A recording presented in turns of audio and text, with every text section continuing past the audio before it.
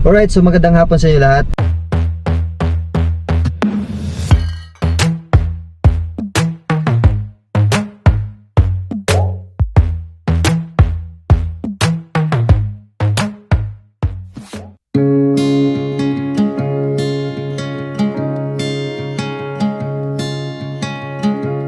I was lost in a city dream, and I was at home again beside the stream.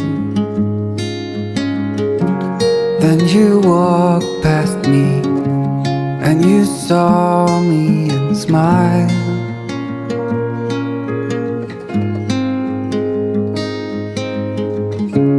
I will never forget the first time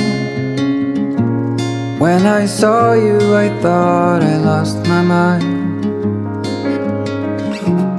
Blue and faded was blown away and left behind.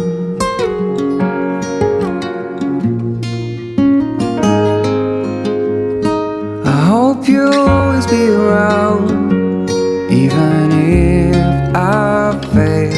You are like a summer breeze that I must inhale. Is it possible for us to feel this way forever? Loving you has never felt more right.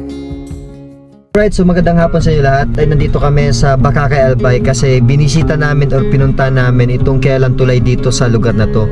Ito yung Sula Bridge. Itong tulay na to marami ng mga post sa social media like Facebook and YouTube. So may mga photos silang kinuha dito, may mga videos at may mga vlog na din. So nainggan niya ako kaya ang ginawa ko, pinuntahan ko to. So malayo nga lang talaga itong Bakakay Albay kasi from Tabaco going to Bakakay Albay dito mismo sa lugar na pinuntahan namin, almost 20 kilometers. So medyo malayo talaga. So ngayon papakita ko sa inyo.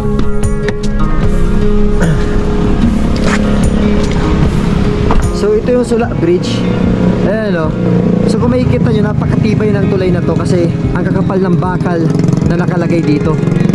At hindi lang yan, magandang view dito kasi unang-una na paligiran to ng kabundukan. Ayan o.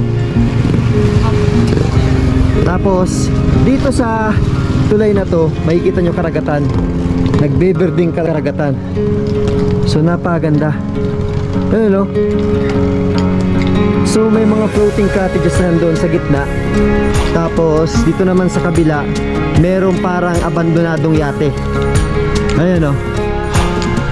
So hinahanap ko yung location kung nasaan yan, kung sinong pwede kong makausap na lokal dito, kasi papasukin namin yan. Tapos meron pa dito nakalubog na parang yate yata to. Hindi ko na kasi talaga makita siya kasi halos kalahati na lang ang nakikita dyan sa yating yan. Pero doon halos ayos pa, pero talagang abandonado na yata yan. Tapos may katabing speedboat. So doon naman mga bahay. Ayun no, maliit lamang pero talagang ang ganda. So parang yumuyugo yung tulay pag dumadaan na sasakyan or motor. So napakaganda dito. Ayun no, bundok ko. So maya maya palipad tayong drone kasi para mas makita ninyo kung gaano kaganda ang Sula Bridge. So itong bakal, ayun, napakatibay oh. Ayun oh. So pag dumadaan sila dito, talagang kumukuha sila mga pictures, photos, videos, tapos mga vlog. And then kung may drone silang dala, talagang kinukuha nila para mas makita yung ganda ng Sula Bridge. So yun oh, bundok. Tapos yun mga floating cottages. Tapos talaga dito berdeng-berdeng tubig. So itong Sula Bridge, sa una-unahan Misamis Bay na. Ilang kilometro pa boss papunta sa Misamis Bay? Malayo pa yan? 25 kilometers pa. So medyo malayo pa. Tapos may entrance bang pagpasok doon sa loob? Magkano? 25 lang naman. Pwede na mag-ikot. Oo. 25 lang naman. So murang-mura. So kaso ang problema natin, mag-aalaw na ng hapon. So hindi natin alam kung aabutin pa natin yan kasi may pupuntahan pa kaming isang magandang spot dito sa Bakakay. Tapos papasukin pa namin yung bangkang nakikita ko, yung yating nakikita kong abandonado na. So well, at least nakita nyo yung Sula Bridge. Ito yung gusto kong mangyari. Lahat na napupuntahan ko, gusto ko rin mapanood ninyo para in case na mapuntahan nyo, at least makikita ninyo actual, di ba? Kung mahilig kayo mag-rides, kung mahilig kayo mag-explore ng mga lugar-lugar, at least mapupuntahan nyo yung mga in-explore natin.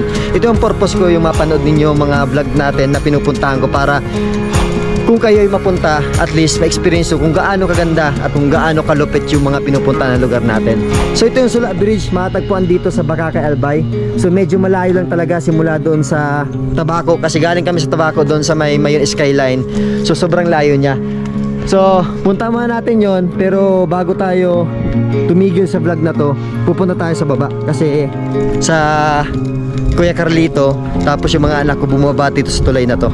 So titignan natin kung ano nasa baba. Ayun, kung makikita nyo, pag dumadaan sila dito, talagang humihinto sila para kumuha ng mga photos kasi ang ganda ng tulay na to. Ayun, so kung pupuntahan sa Manico Bridge para gusto kong ma-explore natin, tapos makita nyo sa vlog ko. So halos yumuyugo yung tulay pag may dumadaan. So, laki oh. Ha? Ay, wala akong dala. Oo, naiwan ko sa Naga. Oo, shoutout oh. Boss, mga taga saan kayo? Family Ha? from Barcelona family. Mga taga saan kayo, boss? Taga Bongga boss. Saan yan? Sa Jan. Baka kayo ba din? Boss, alam niyo yung Casa Simeon? Yung lumang bahay? Baka kayo po yung Oo, saan? sentro po? Sentro ba? Ano yung kainan? Hindi, ay ano po. Ano lang ata, lumang bahay lang na may mga pwedeng tingnan sa loob na ano ito, sa mga ano ba nga? Lumang gamit. Lumang bahay. Pwede pumasok? May entrance? Wala. Punta nga namin. Malapit na sentro dito? Malapit lang po. Lapit lang, oo. Sige boss shoutout. Ano mo? Anong page mo ba? Papa AJ. Ayan, Papa AJ. May official page yan. Follow namin boss. Sige, salamat. So, ayun mga lokal. So, malapit lang pala dito yung Casa Simeon Old House. So, pwede palang pasukin. Kaya pupunta natin yan. Dito lang naman tayo sa lugar na to eh. Ayan. So, taas ng bundok dito. Ang ganda. So, hindi ko alam kung ang tawag doon sa nasa dulong yon, yung tinuturo ko. Pero doon may mga floating cottages. Tapos dito naman sa bad ng kaliwa ko, ayun, kung nakikita niyo yung abandonadong yate. Nakababa kayo? So bababa tayo sa babang yan. Ha?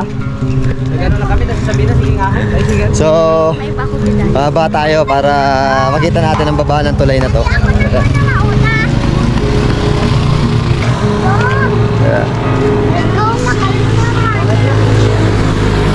So baba tayo para mas makita nyo. Ang daanan dito ay kahoy.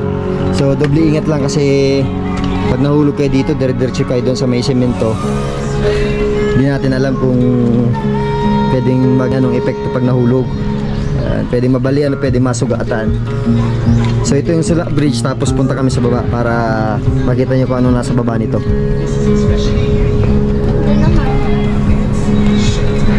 So yung naririnig yung parang nagbabanggaan na bakal, yung pag may dumadaan na sakyan dito, yung tulay tumutunog.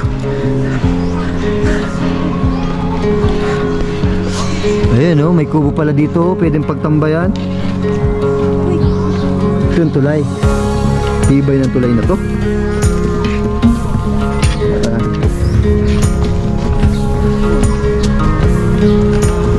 Ayan, so kung makikita yung tubig halos nagbiberde-berde pa. Ayan, so dito naman may dito, may kubo na pwede nyong pag-stayan in case na sira na siya. Dala lang kayong tent o dala kayong upuan, pwede yan. Boss, pwede magtanong?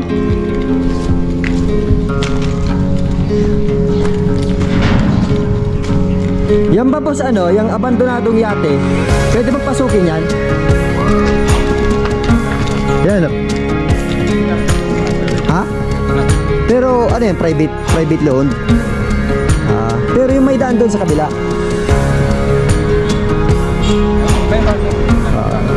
Tignan ko nga sige. So ito yung baba ng Sula Bridge. Yan, tibay ng bakal na nilagay dito. Ayan. Kailan lang to boss Sula Bridge na to? Medyo matagal na ba to? Hindi ko na matandaan. Di na matandaan. Oo. Posibleng napakatagal na. Natin alam kung paano ba dumadaan yung mga taga rito na tatawid doon sa kabila. So siguro dumadaan dito sa babang ito. Kaya siguro ginawan siya ng tulay para mas accessible siya. So ito yung tubig dito. Ayun, babaw lang oh. Di ba? So, yun. Paalam na ako, tapos magkapalipad naman kami drone para mas makita nyo yung ganda ng Sula Bridge. So, dito lang yan, matagpuan sa Bakakay Albay. Alright? So, pag kayo napunta dito, huwag niyong palampasin ang tulay na to. Kuha kayong photos tapos videos, napakalupit. Let's go. See you on my next vlog. Let's go. Peace out.